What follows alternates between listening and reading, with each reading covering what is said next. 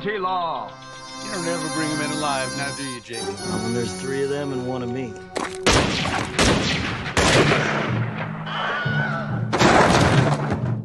Spéculation by Sofilm, épisode 20.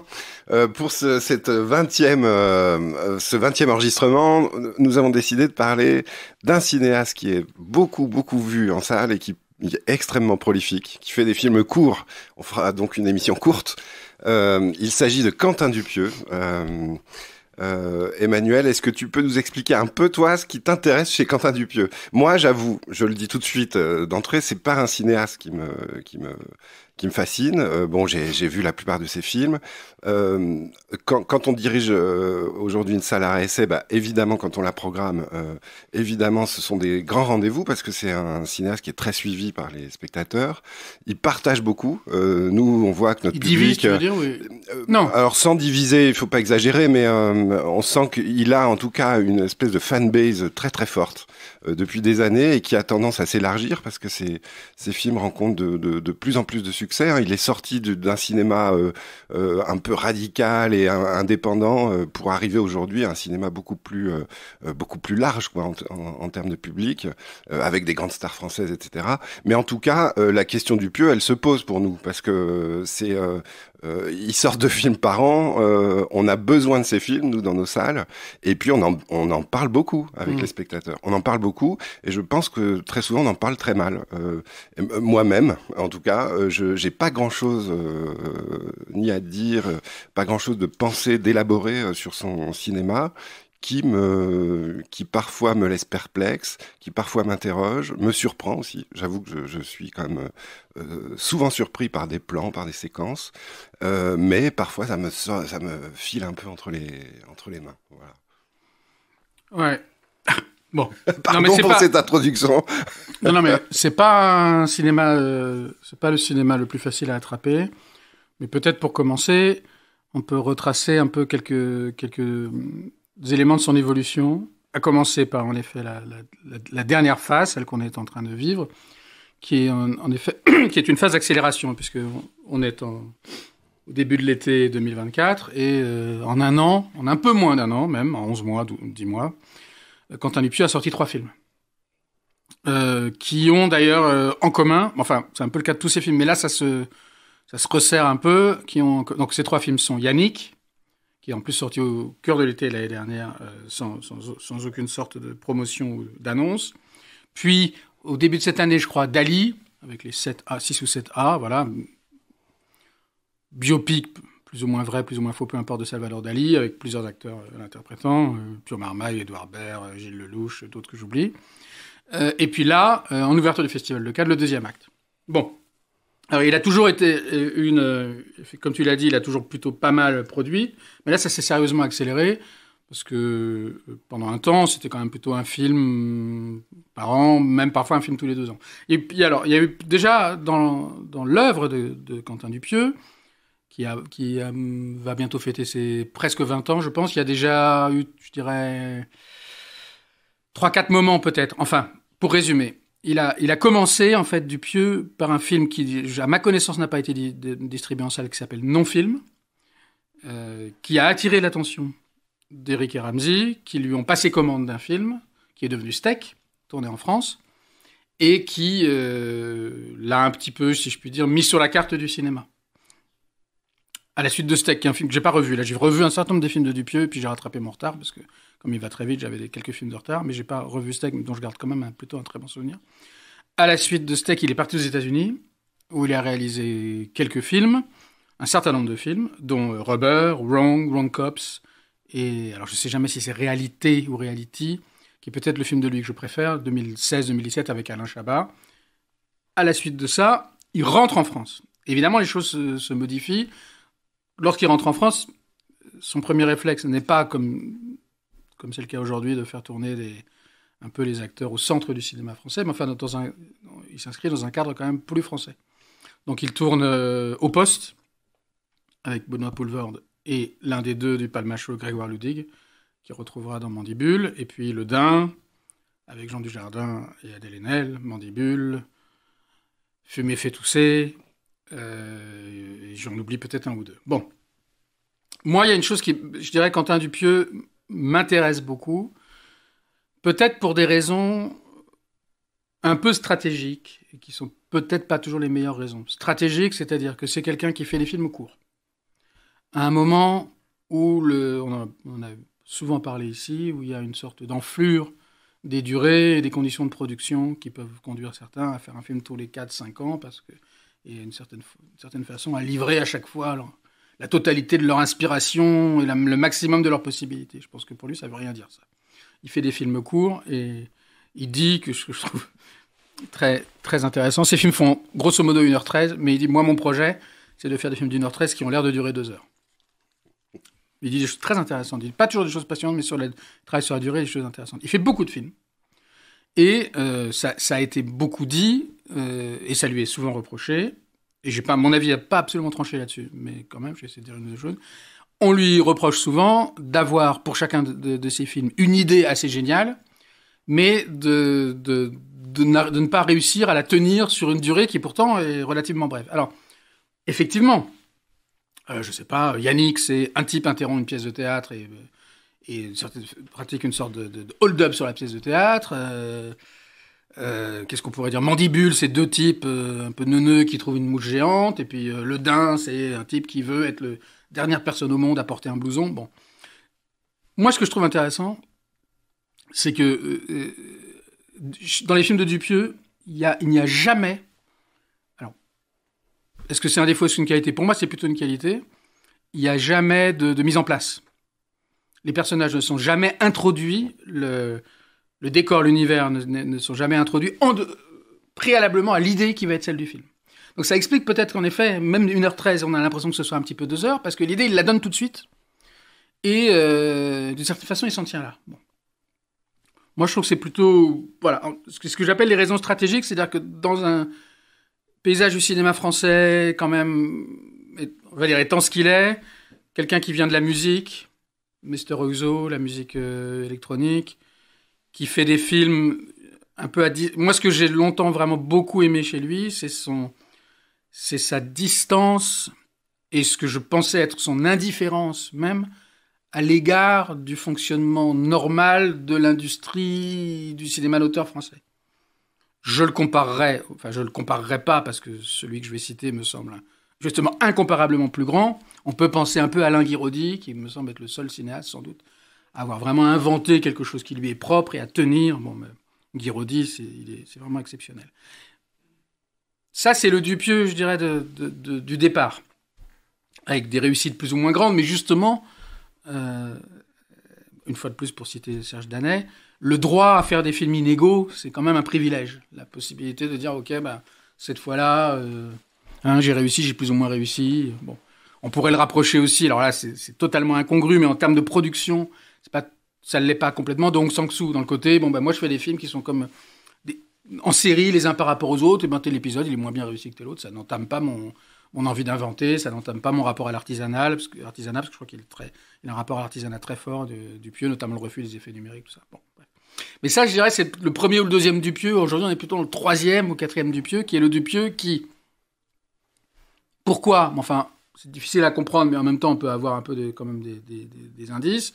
Parce que son cinéma s'est mis à marcher, parce que, voilà, est en train de, après avoir été sur une voie parallèle du cinéma français, a fini par rejoindre la route principale de plusieurs manières, en faisant tourner maintenant de manière quasi systématique les grands acteurs ou les acteurs les plus bankable du cinéma français, à commencer par le deuxième acte, qui réunit quand même Vincent Lindon, Léa Seydoux, Louis Garrel et Raphaël Quenard, qui n'est pas encore une star, mais qui, et c'est quand même un peu sinistre, 2 ans à peine après qu'on a commencé à repérer son existence, est déjà dans un rôle quasiment d'autocitation. Bon, voilà. Donc Dupieux s'est mis à investir un peu le champ du cinéma français, du côté des acteurs, dans Dali, Gilles Lelouch, etc. Déjà dans Fumer, j'ai toussé, Fumer fait tousser Vincent Lacoste, Anaïs de Moussier qui est dans plusieurs de ses films, Gilles Lelouch de nouveau, enfin déjà, etc. Et par ailleurs, pas simplement les acteurs, mais il s'est mis en tête, alors à mon sens, c'est une erreur, mais il faut essayer de la comprendre, il s'est mis en tête depuis Yannick, Je le dis, Yannick, Dali et le deuxième acte, c'est 3 films avec lesquels je me sens en train de prendre mes distances avec Dupieux, notamment parce qu'il s'est mis en tête, pas simplement, encore une fois, de faire appel à des acteurs du cinéma français, mais de traiter des questions qui sont directement des questions qui sont aujourd'hui dans l'actualité du cinéma en France et dans l'actualité du cinéma tout court. Dans Yannick, par exemple, la question qui n'est pas totalement actuelle, mais qui est lancinante, mais enfin qui est là quand même du rapport entre qu'est-ce que c'est qu'un bon divertissement ? Est-ce que ça doit faire du bien ou faire réfléchir ? Bon, voilà.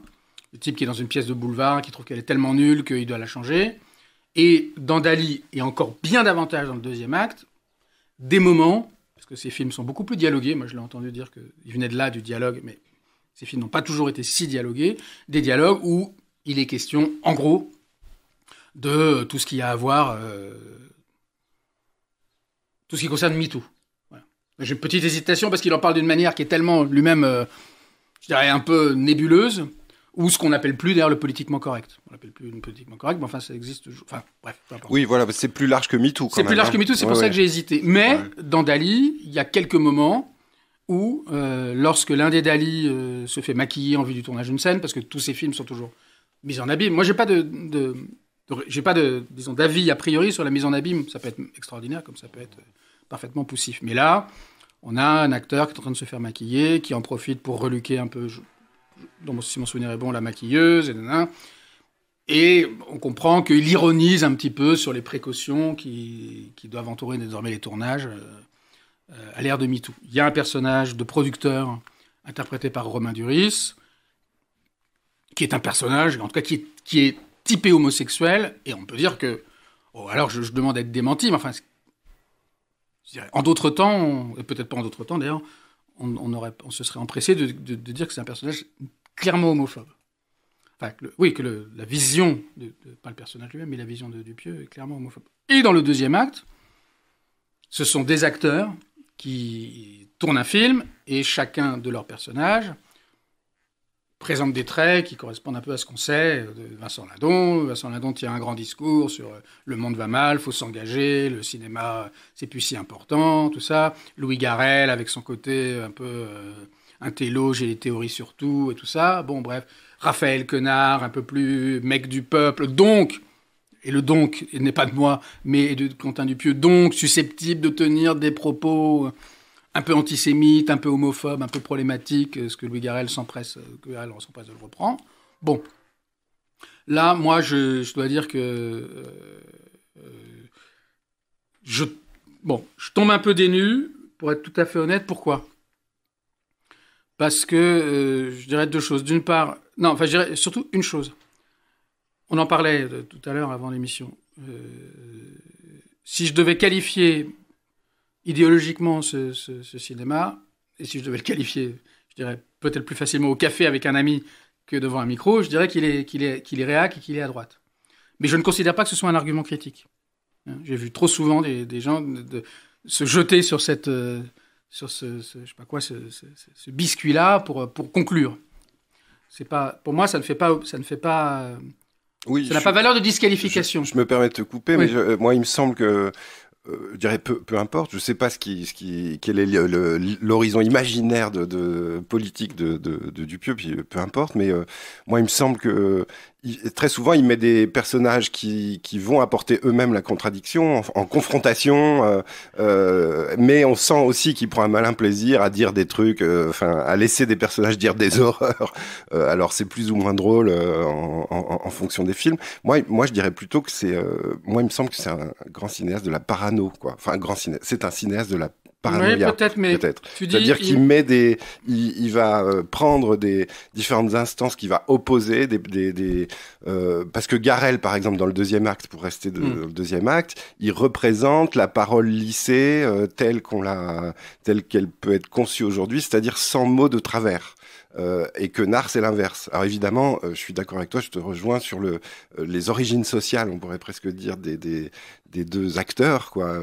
Où évidemment, c'est le prolo celui qui est typé prolo qui va dire des conneries, et le typé bourgeois qui va le polisser. Mais c'est presque des abstractions, hein. Là, Ouais, je dirais que c'est... Donc lui, tu disais, il prend de la distance avec le cinéma, Dupieux, mais dans ses films, il prend une distance aussi avec ses personnages, ce qui est probablement une protection pour lui. C'est-à-dire qu'on ne peut pas dire que le deuxième acte, par exemple, épouse les propos de Quenard. Ça paraît un peu... Non, on peut pas dire... On peut pas... Bon, moi je trouve que aucun des propos tenus dans le film, lisse ou pas lisse, ne me paraît réellement intéressant. C'est déjà ce que je reprocherais. Oui, ça c'est vrai. C'est-à-dire qu'ils sont les uns comme les autres très caricaturaux et insuffisants, et très en deçà des enjeux actuels sur ces questions qu'il choisit lui-même d'aborder, donc on peut lui faire cette remarque. Et puis le film, tu disais à juste titre qu'il confronte des positions, que c'est ce qui l'intéresse. Le film fonctionne quand même sur une opposition une opposition au sens, disons, dialectique, pas une opposition où on prendrait parti pour l'un contre l'autre, mais une espèce de partition, voilà, entre d'un côté les stars et de l'autre les vrais gens, qui est quand même une opposition qui est nulle. Oui. Qui est nulle. C'est-à-dire que d'un côté, les stars sous lesquelles, si on gratterait un peu, on pourrait découvrir du beauf ou du... Voilà. Vincent Lindon fait tout un discours pour dire que le cinéma n'a plus d'importance, mais il reçoit un appel de Paul Thomas Anderson, et donc soudain, évidemment, Hollywood s'ouvre à lui et il redécouvre la magie du cinéma. Genre, ton discours, c'est bien gentil, mais avant tout, tu penses à ta carrière et t'es un arriviste. Raphaël Quenard et Vincent Lindon tiennent l'un et l'autre, au cours du film, des propos de type homophobe. Alors, Quenard, plus nettement, Lindon, lui, dit que impossible pour lui-même, pour un film, de partager le lit avec un mec. Et puis, lorsqu'on est sorti du film dans le film, on va les retrouver l'un et l'autre en couple, s'appelant bébé et donnant lieu, et ayant une dispute ou une discussion autour de l'intérêt pour eux d'avoir un chien au sein de leur couple, qui est quand même, là aussi, très caricatural. Donc, oui. on a un peu envie de dire, ok, je sais pas, on peut même... Je sais pas, on a envie de dire, oui, tout ça, c'est quand même... C'est vain. Ça va quand même pas très très loin. Bon, on qualifie souvent de cinéma de l'absurde. Oui, mais c'est très... Ce qui est vraiment... Enfin, moi, ce qui m'intéresse, c'est par rapport à quoi je n'ai pas de réponse définitive, c'est est-ce que Dupieux, là, rejoint un cinéma français avec ses acteurs et ses questions que jusque-là, il n'avait pas côtoyé, ou est-ce qu'au fond, il ne fait que rentrer à la maison à laquelle il était depuis le début? Parce que une des références, je ne sais pas si c'est sûr que ce soit une référence avérée, mais enfin, une des références, un des noms qui saute aux yeux, qui saute à la pensée, en tout cas quand on voit un film de Dupieux, c'est Bertrand Blier. C'est marrant parce que dans le film, Lindon, à un moment, dit « Oui, c'est plus les années 80, c'est fini tout ça ». Et on a un peu envie de lui répondre bah, « Si, c'est un peu les années 80, parce qu'on se croirait vraiment... » chez Blier, c'est-à-dire chez ces acteurs qui, dans ce truc que Blier à un moment a tenu et que je dirais peut-être comme Dupieux, il n'a pas pu tenir longtemps parce que peut-être que le cinéma français ne peut pas l'accueillir. C'est-à-dire cette espèce de rencontre très étrange entre Beckett et Michel Audiard, quoi. Voilà, entre une forme d'ascèse et de modernité sèche et en même temps avec une acuité très très très très forte. Et une franchouillardise qui peut être tout à fait réjouissante, mais qui est... Voilà. Et il y a dans certains films de Blier, je ne les ai pas revus, hein, et c'est des expériences très étranges d'essayer de les revoir. Je me souviens avoir essayé de revoir Buffet froid, et je n'ai pas tenu, alors que la fois d'avant, je l'avais aimé, parce que je pense que c'est des films qui se sont périmés très vite, justement, et que c'est peut-être le cas de Dupieux, ce qui n'est pas en soi d'ailleurs très très grave. Hein, tout le monde ne fait pas des films pour la postérité. Mais Dupieux, voilà, je me dis, au fond, c'est... Alors, peut-être que c'est une mauvaise question, parce que c'est une question de label, mais j'espère que c'est pas simplement une question de label, c'est que quand on voit comme ça Lindon faire du Lindon, on se dit, mais est-ce que c'est pas Jean-Pierre Mariel dans Calmos? Est-ce que c'est pas Jean Rochefort? Est-ce qu'on n'est pas finalement... Parce que Calmos était une espèce de film outrageusement, j'allais dire antiféministe, même pas antiféministe, anti-femme, hein, puisque c'était en gros les bonnes femmes nous emmerdent, on part à la campagne, et cultivant, comme toujours, une espèce de second, de énième degré. Mais malgré tout, là aussi, on pouvait dire, oui, mais il y a peut-être quand même plus intéressant, pour répondre au débat du moment, hein, il y a peut-être plus intéressant que ce type-là d'humour. Donc moi, c'est un peu Parce que ce que j'aime chez Dupieux, parce qu'il y a des choses chez lui que j'aime beaucoup, que je continue à aimer beaucoup, alors, c'est plutôt pas, je le dis pour essayer de rééquilibrer un peu les choses, c'est plutôt pas ce qu'il y a du côté du discours, enfin du discours de la parole, mais moi ce que j'aimais vraiment chez lui, c'est une sorte de cinéma brut, c'est une sorte de cinéma bête, mais au sens animal. Je trouve que la fable du daim, elle est extraordinaire pour ça. C'est ce type qui décide qu'il sera le dernier sur la planète à porter un blouson, et qui donc décide de tuer tous les autres propriétaires de blousons, en tout cas ceux qui ne sont pas prêts à y renoncer, et qui dans le même temps filme avec un caméscope un peu ancien, filme son parcours et sa carrière de serial killer, si je puis dire. Et plus le film avance, et plus il ajoute des accessoires en daim à sa panoplie. C'est plus simplement un blouson, mais c'est un chapeau, mais c'est des bottes, mais c'est des gants, mais c'est un pantalon. Et d'une certaine manière, il finit par devenir un daim. Et donc, il finit par être abattu comme un daim sur une colline, tout en demandant à sa monteuse, qui est jouée par Adèle Haenel, de le filmer. Film. Et le film se termine comme ça par une espèce de...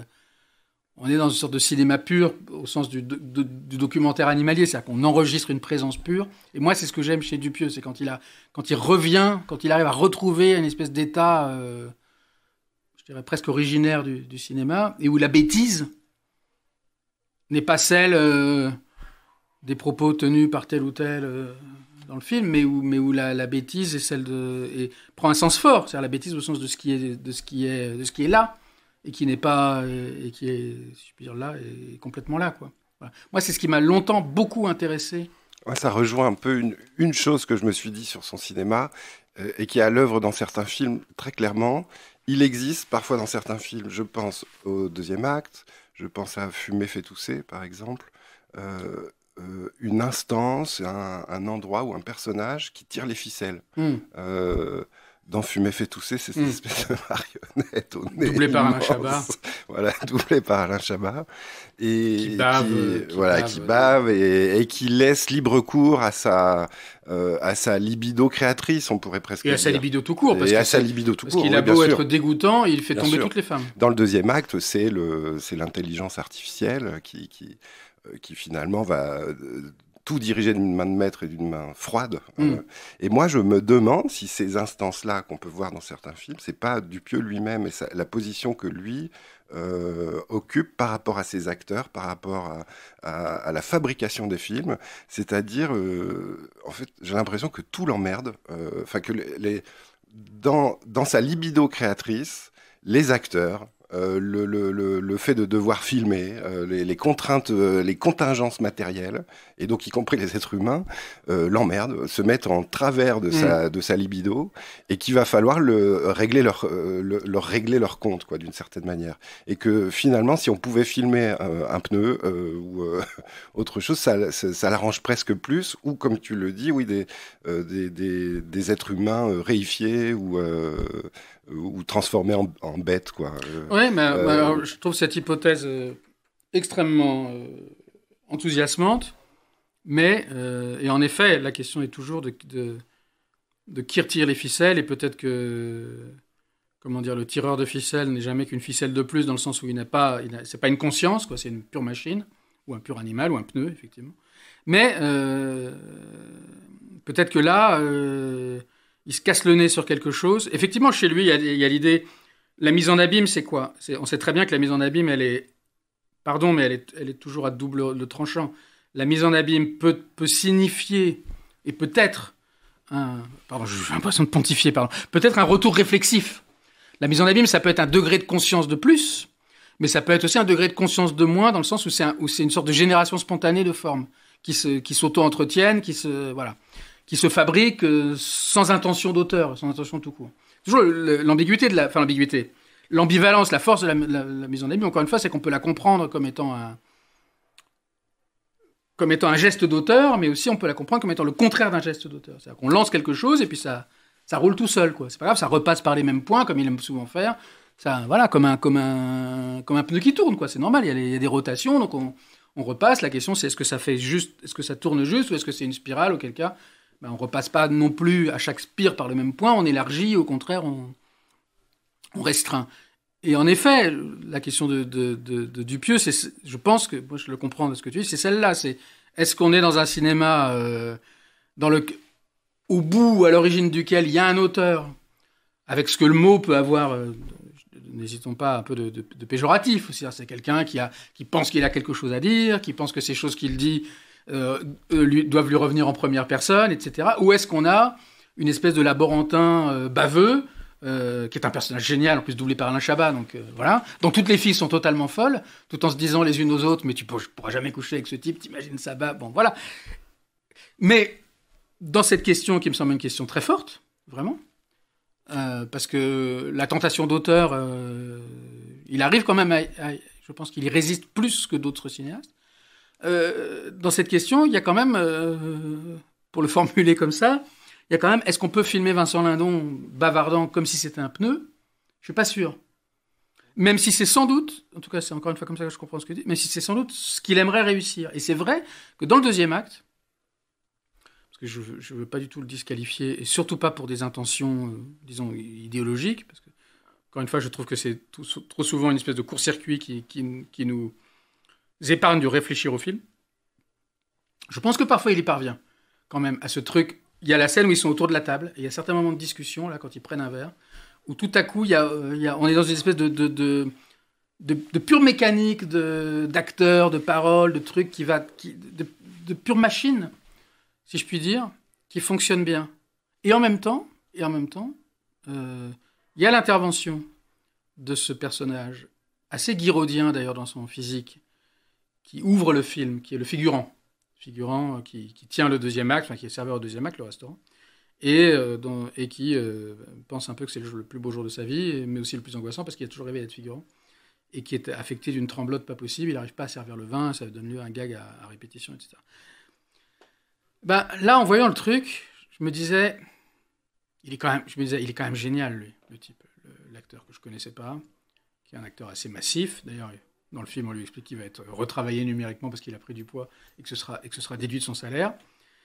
Je me disais, ouais, il est quand même génial, il est hyper étonnant. Mais je me disais aussi, d'accord, si le propos du film, c'est d'amener son spectateur à se dire qu'un acteur pas connu peut quand même être mieux qu'une star, je trouve ça pas très intéressant parce que je le sais déjà, en fait. J'ai pas besoin qu'on me souligne le contraste entre un acteur dont je ne connais pas encore le nom et qui n'est pas typé comme Louis Garrel, avec Louis Garrel. Surtout de la part de Quentin Dupieux. Ce serait d'un cinéaste habitué au showbiz, je dirais. Chez Olivier Assayas, pour ne pas le citer. Je serais plus étonné. Mais là, non, j'ai l'impression qu'il a toujours été là-dedans. Il a toujours été de ce côté-là, en fait. Et je trouve que ce petit clin d'œil qui consisterait à regarder chez les vrais gens, ou chez les gens pas encore stars, pas encore domestiqués par le cinéma, il y a peut-être mieux. Encore une fois, je préfère voir 10 000 fois, parce que la comparaison va pas très loin, Guiraudy, qui lui a toujours fait de l'anonymat a priori de ses acteurs, anonymat qui dure pas toujours, hein. Pierre Deladonchamp, il est devenu célèbre et tout, mais de l'anonymat, la condition même de leur désirabilité. Je trouve ça 1000 fois plus fort. Là, bon, je soupire un peu, quoi. Oui, là, la comparaison est dure. Je soupire un peu, alors même que je suis pas du tout... des 4 acteurs, là, j'ai mes préférences. Moi, je pense que Léa Seydoux, c'est de très loin la plus grande actrice française aujourd'hui. J'ai rien contre Vincent Lindon. Je suis pas du tout anti de voir des acteurs connus. Mais, au fond, hein, on a parlé de Blier, mais parler de Blier, c'est aussi forcément faire revenir l'ombre du seul qui a réussi ça, c'est Buñuel. Voilà. C'est le seul, Buñuel, qui a réussi sur une matière franchouillarde. On prend Claude Pieplu, on prend je sais plus qui, on prend tout le monde, on prend tous les acteurs français, enfin, Delphine Seyrig, il y a plus franchouillard, mais on prend tout le monde. On prend la matière la plus franco-française, et à partir de là, on atteint à quelque... Et bon, c'est bête à dire, mais... Oui, mais Buñuel a réussi une subversion complète. Je crois pas que Dupieux en soit là. Le personnage, moi, mon personnage préféré, est sans doute celui de Dupieux aussi dans le deuxième acte, c'est les rails du travelling. Hein. Il finit tout son film avec ça. En même temps, il est ambigu ce plan, parce que est-ce que ce plan même est le travelling sur les rails? Parce que parfois, on a l'impression qu'il décolle un petit peu. Et j'avais l'impression qu'il tenait pas jusqu'au bout. Non, t'as peut-être... Il y a probablement un effort raccord pour le rendre encore plus long qu'il n'est en réalité, mais le plan est très beau en tout cas. Le plan est assez beau, oui. Et de toute façon, c'est un truc qu'on vérifie à chaque fois. Des rails de travelling, c'est magnifique. Mais c'est vrai. Que ce soit à la fin... Alors, ça n'a pas la beauté de la fin de Double Messieurs de Stévenin, où c'est des rails qui donnent sur le vide, mais des rails de travelling, c'est toujours... Voilà, je crois que nous arrivons à la fin de notre durée, ce qu'on appelle la durée Quentin Dupieux entre nous, c'est-à-dire une demi-heure. Et qu'est-ce que sera l'épisode 21 ? Aucune idée. Peut-être Marcel Pagnol ? Alors oui, parce que... Il faut qu'on fasse notre deuxième épisode Harry Essay. Oui. Voilà. Et puis nous recevrons sans doute Nicole Kidman, tu me disais. On va en rester. Merci. Salut Emmanuel. Salut.